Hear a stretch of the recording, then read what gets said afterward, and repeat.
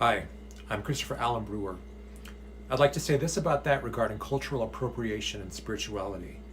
I've already written about this topic and made a previous video about it, but since it's trending again and non-native voices are having their say, I'll give it another go. For several years, over a decade now, I've managed a spiritual living store here in Colorado. As a general manager, I do everything from purchasing and receiving to accounting to maintaining our psychic reader schedule. Customers come to our store seeking help with things such as health, relationships, finances, spiritual protection. I'm featured on many paranormal television programs, so I get viewers of these shows who come to me seeking assistance and guidance.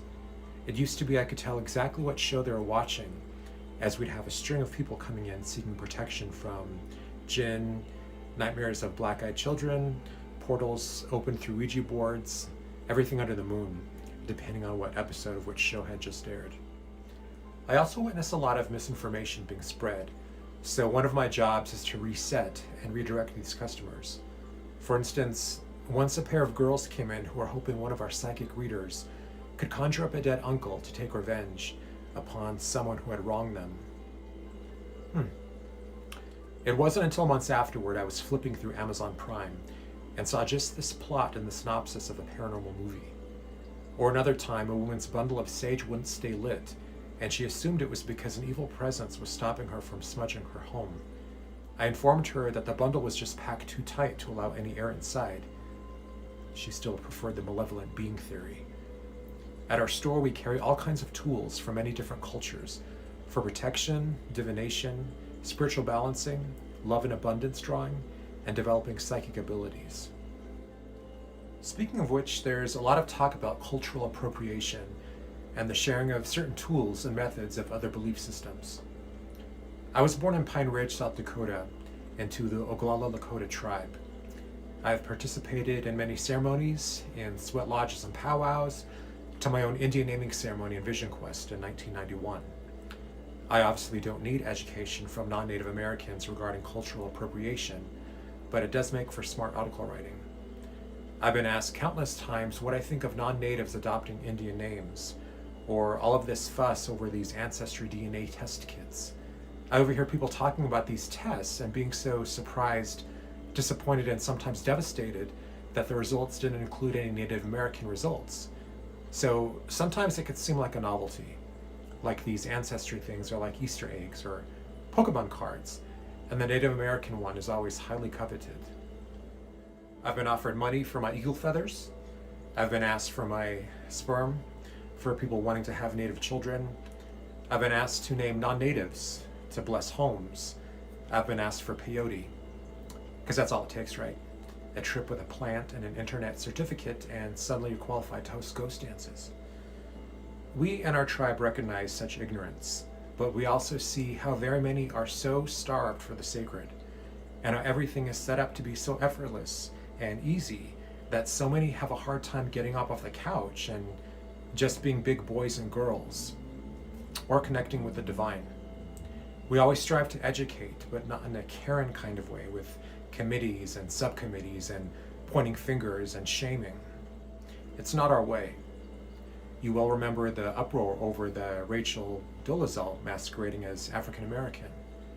Do you know how many times I and my family have had to listen to that Cherokee princess story? Or the great following of the Gabby Petito story? Tragic and shocking and sad. I followed it myself, yes. Though how many Native women and women of color have gone missing with zero publicity? And I never once flipped out over an ignorant or uninformed request or comment from another. It's just not our way.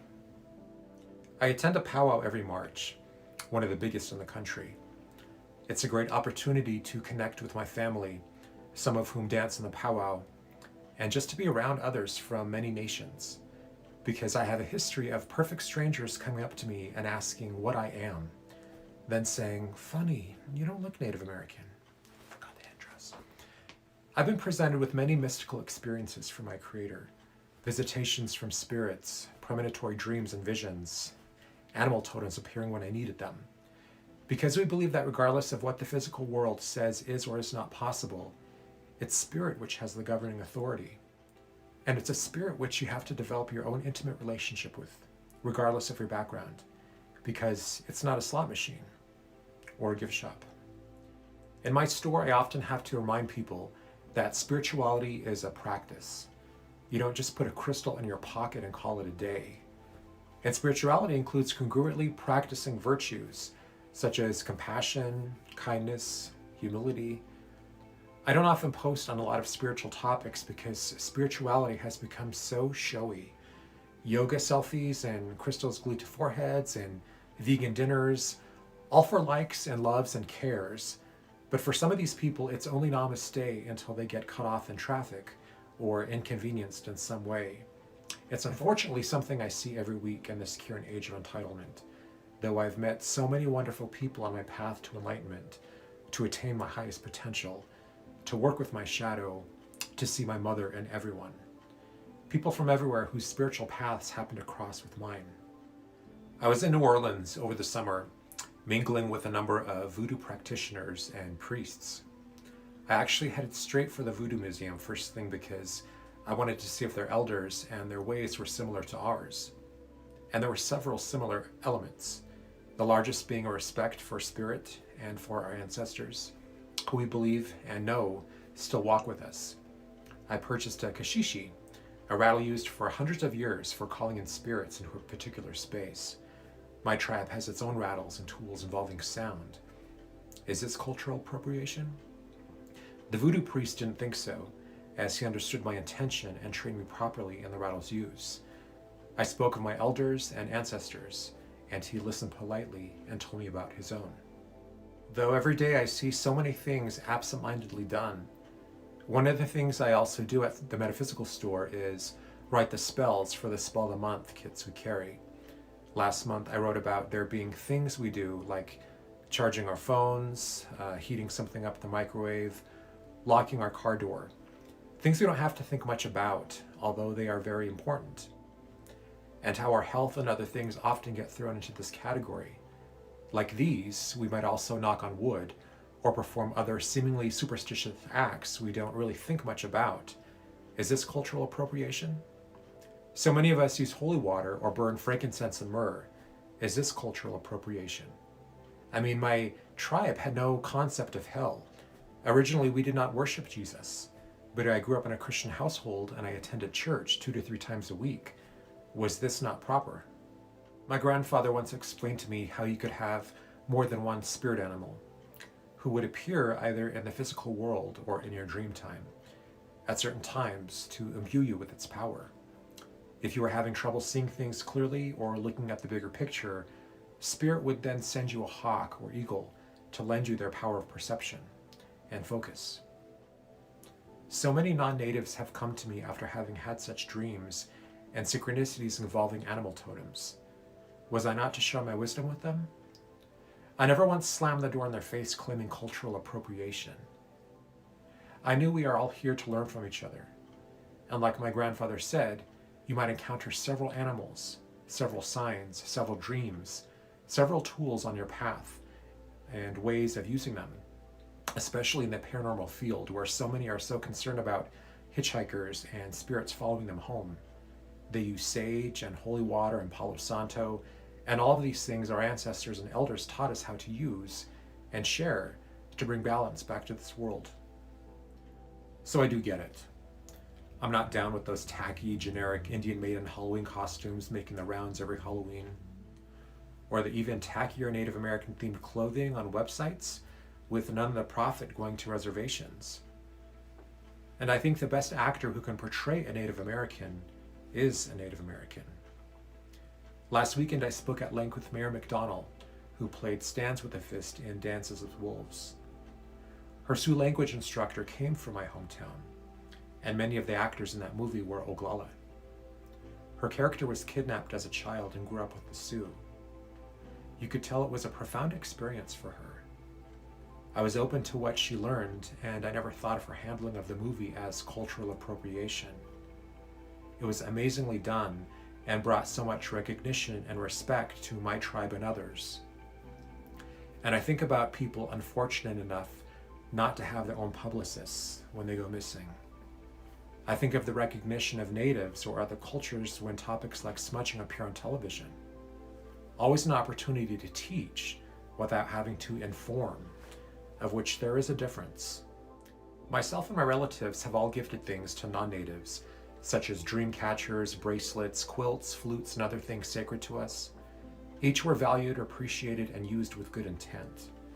There will always be conversations about close practices, and like vaccinations, for example, there will always be strong opinions. Mine is that, just as my grandfather said, we are all here to learn from each other and help each other. Granted, there are plenty of Sam Starfeathers out there making a buck off spirit, and I apologize to all of the Sam Starfeathers out there, as I'm sure there are some. But we all have a path to enlightenment, and who's to say where that path will lead us? How many of you in the paranormal field have made a buck off of spirit? So we cast no stones. I'll close with this. When my grandfather knew I was struggling through high school, he knew it was time I adopted a new power. He already had some eagle feathers that wanted to be with new owners, so he asked them where they wanted to go. One evening, during his dream time, he saw one of them rotating above a pool of water. He happened to look down and saw bear tracks leading to the edge of the water. He followed them, and when he looked into the surface of the water, he saw my reflection looking back at him. He gave me the feather, along with the name Matot Chante, and a journal for my dreams, synchronicities, and visions. I will be forever grateful for him, for the people in my family and the content of my DNA, for the early exposure to the knowledge of a spirit world. I know that not everyone had such a background or the resources of elders and practices that I did. We're all in need of something. Again, so many starving for the sacred, for the spirit which perhaps they know no way of developing a connection with. Would I ever deprive them of, or call foul, their use of sage, of drums, of other tools they can use to find peace and spread that peace throughout their community? For all I know, in an earlier incarnation, they were Native, and I was not. As it is, we didn't even use the word Native American, another thing that was imposed on us. I don't speak for every nation. All I know is what I know, and that's what I share. We all have our own truths. This has been mine. If you're going to walk the red road, do so responsibly, respectfully, and consciously, like anything else. If I need a hammer, I use a hammer. If my neighbor needs a little sage, I teach him how to do it. We're supposed to hold the light in our community, not extinguish them. I'm Christopher Allen Brewer, and I thank you for watching. My name is Christopher Allen Brewer. I've appeared on several supernatural programs. You can follow me on Facebook through the Future Ghost page and my website, thespiritchasers.com. Thank you for watching.